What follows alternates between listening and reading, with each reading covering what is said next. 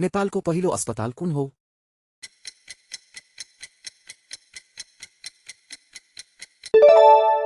सही उत्तर हो वीर अस्पताल। नेपालमा रेड क्रस सोसाइटी कहिले स्थापना भयो?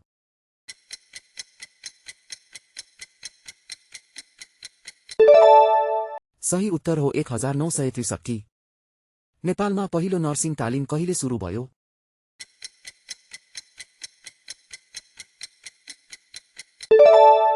सही उत्तर हो 1956। नेपालको पहिलो मेडिकल कलेज कुन हो?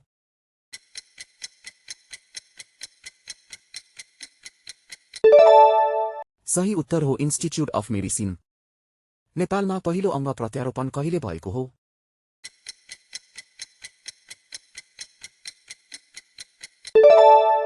सही उत्तर हो 2058। हाम्रा रमाइला र शैक्षिक बाल पुस्तकहरू अमेजनमा उपलब्ध छन्।